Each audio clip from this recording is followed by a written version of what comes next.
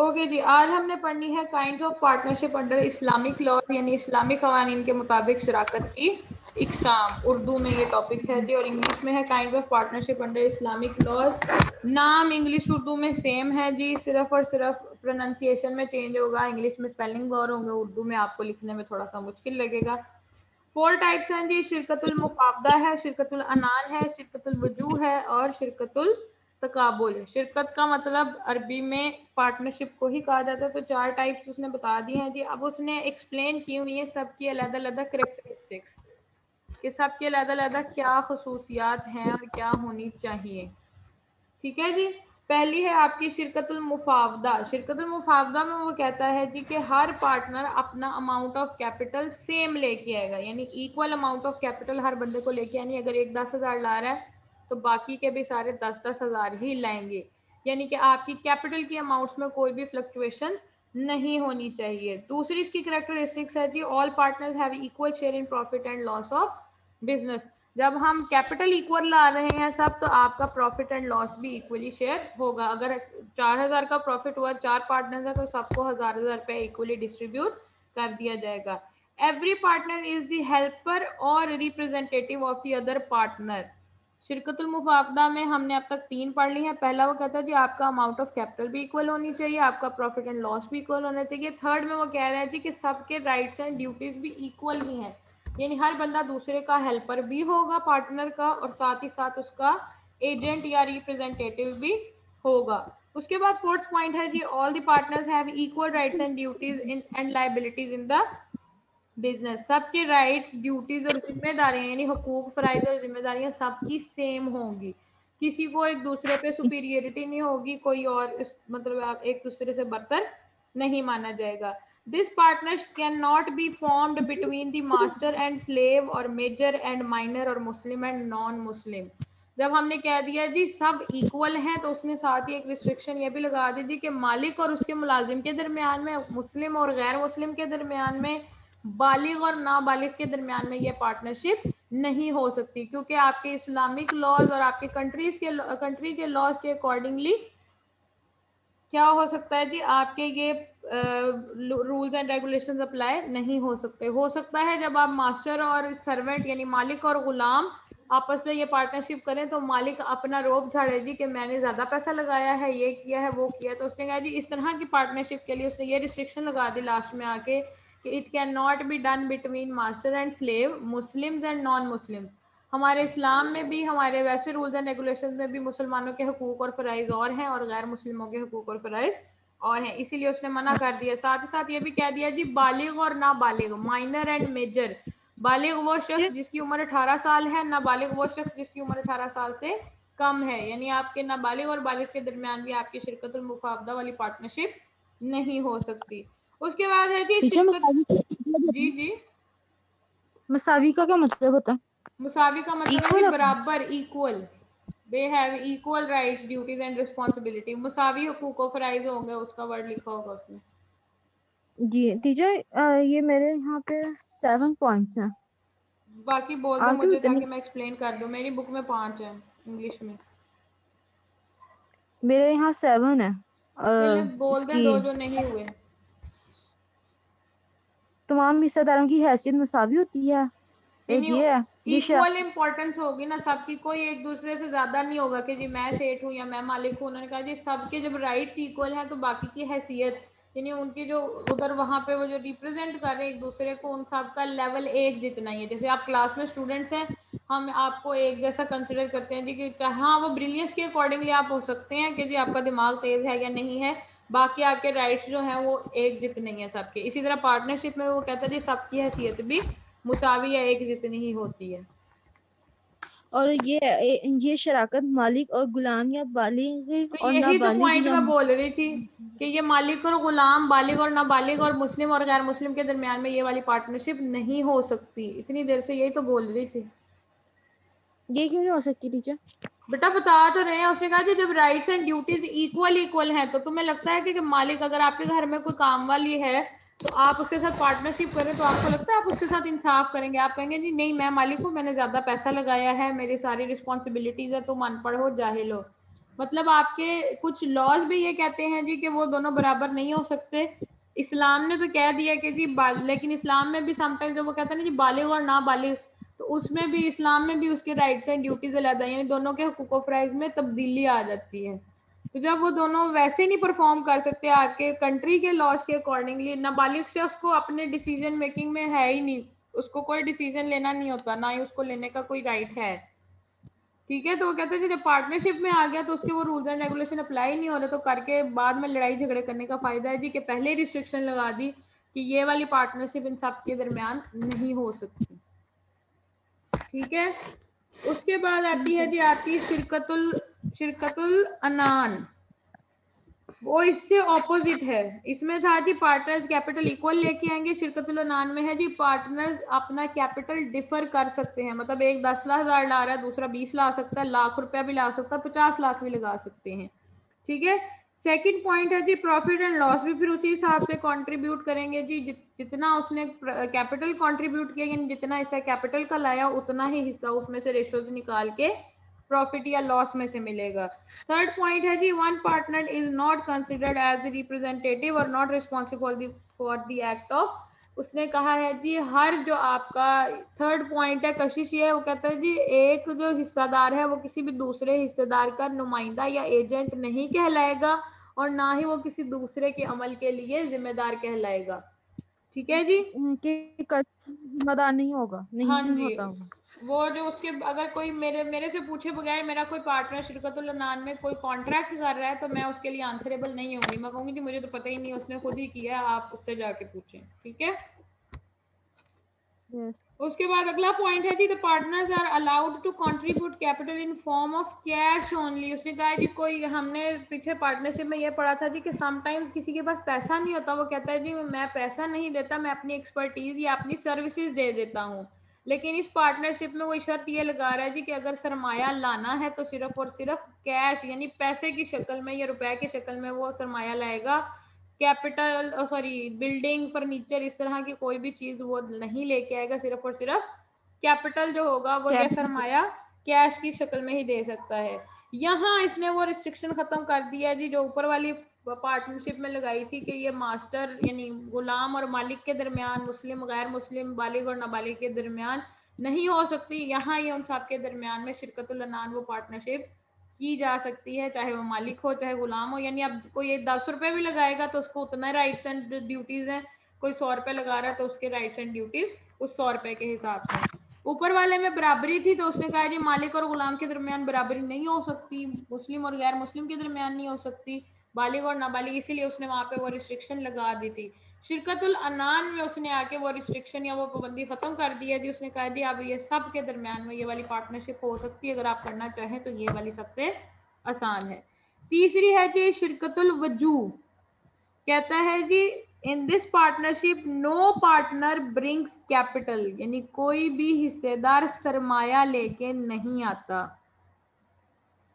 सरमाए की जगह वो क्या लाएंगे, जिसने कहा इन दिस पार्टनरशिप में be started by taking loan और परचेजिंग गुड्स ऑन क्रेडिट, ये सिर्फ और सिर्फ उधार चीजें खरीद के या उधार पैसे लेके आप ये काम ये वाली पार्टनरशिप शुरू कर सकते हैं।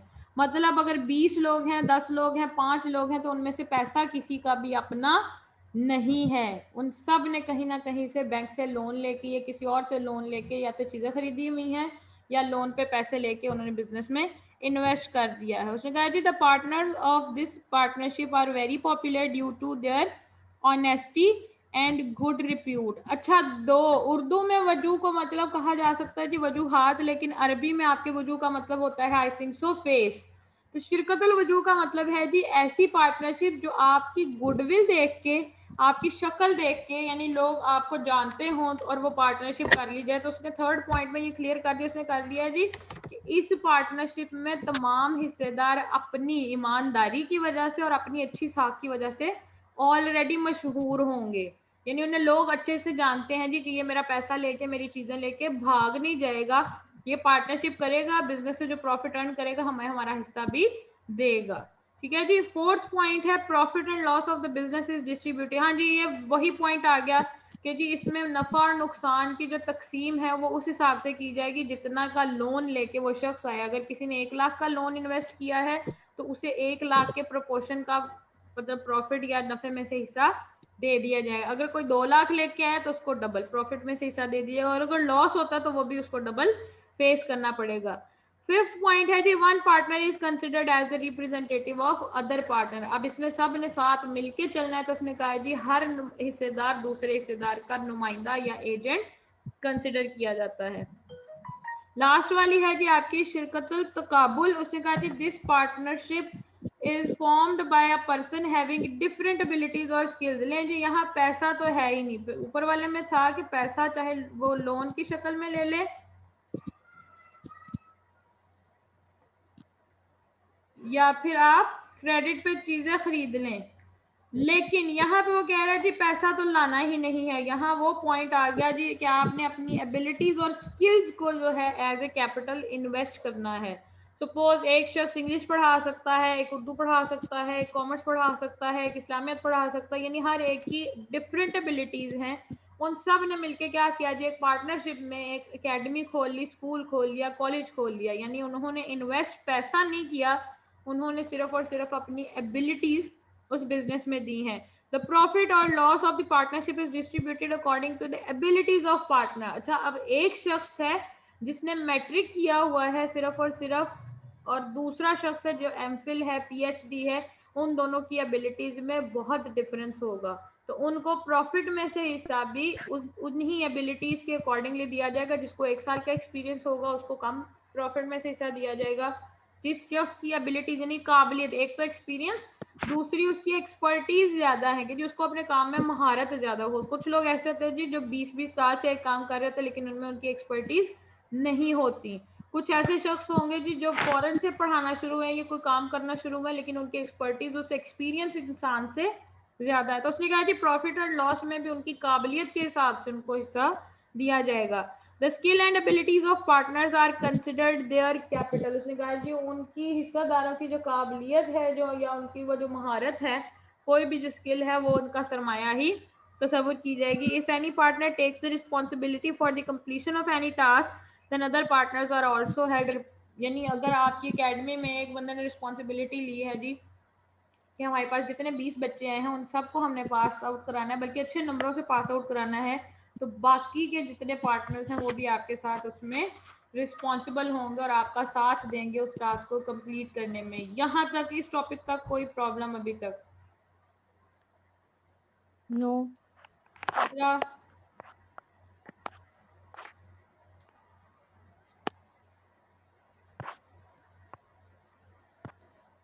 कोई भी नहीं है टीचर? है सिद्रा ऑनलाइन है लेकिन हो उसका माइक ऑफ है। जी मिस मैं ऑनलाइन हूँ। हाँ जी, यहाँ तक कोई problem?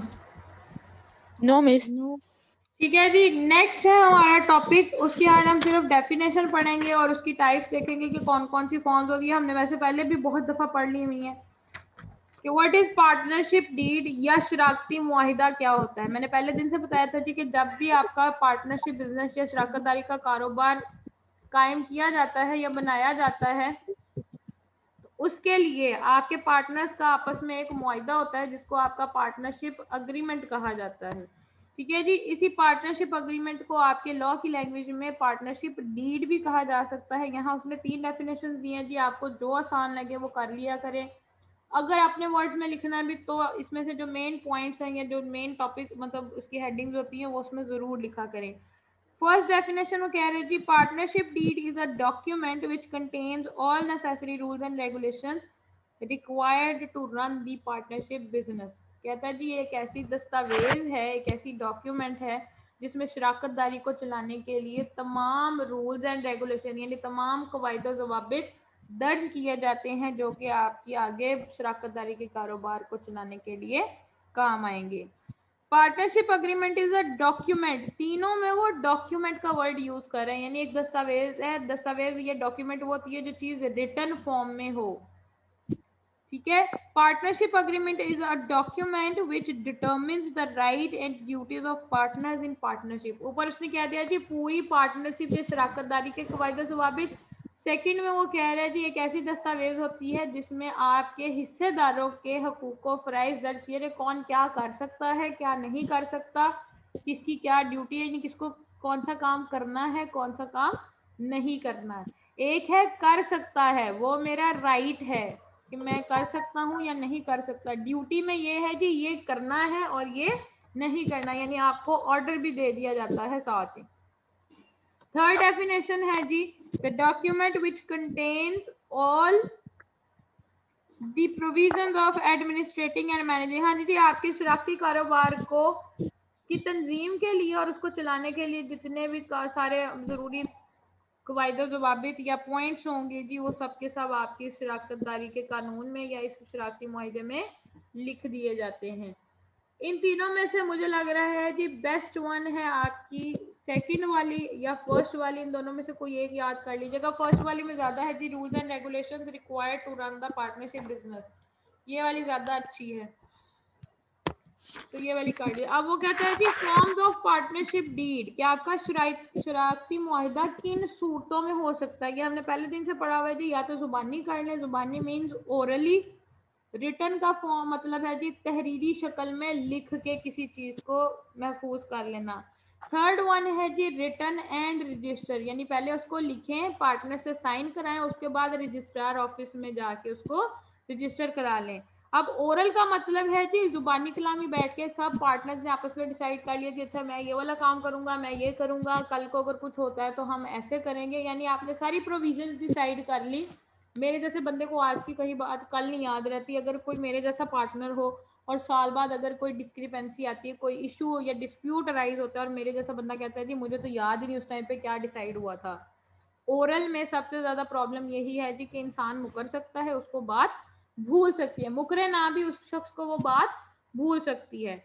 So second option is much better कि आप उस चीज को लिख लें, यानी तहरीर कर ले रिटर्न फॉर्म में वो आपका पार्टनरशिप डीड या अग्रीमेंट। अब डीड में उसने लिखना क्या है जी, कंपनी का नाम क्या होगा, पार्टनर्स के नाम क्या होंगे, हमारी लोकेशन क्या होनी चाहिए, अगर कोई बंदा सर्विसेज प्रोवाइड कर रहा है उसको सैलरी देनी है या नहीं देनी, अगर देनी है तो सैलरी कितनी, यानी वो तमाम चीजें जो आपकी पार्टनरशिप बिजनेस में पूरी लाइफ में डिस्कस की जा सकती है, आपने वो सारे पॉइंट्स डिस्कस कर लेना है। रिटर्न फॉर्म में जब आपने ये लिख लिया, अब आप कहते हैं जी सारे पार्टनर्स अगर एग्री हैं तो इसके नीचे सिग्नेचर कर दें।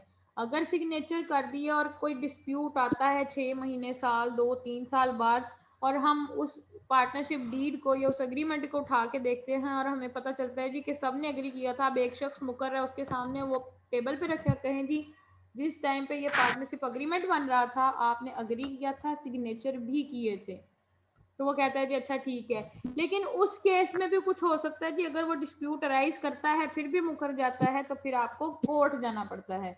उस कामों से बचने के लिए जो सबसे थर्ड वाली फॉर्म या तीसरी सूरत है ना रिटर्न एंड रजिस्टर, यानी तहरीरी और रजिस्टर, क्या आप पहले उसे लिखें, सारे पार्टनर्स को लेके रजिस्ट्रार ऑफिस जाएं, वहां पे जाके रजिस्ट्रार होगा जी आपका security and exchange commission of Pakistan है, वहां पे एक हेड होगा, वो वकील ही होता है नॉर्मली, लॉयर होगा, जज होगा, उसके सामने बैठ के जब आप सारे सिग्नेचर करते हैं और उस रजिस्ट्रार की स्टेप उस पर लग जाती है, तो अगर कल को कोई पार्टनर मुकरता है या कोई भी आपस में आपका लड़ाई झगड़ा होता है तो आपका वो रजिस्ट्रार अब आपकी सुलह कराएगा या जो भी डिसीजन लेगा वो आपका वो जज लेगा।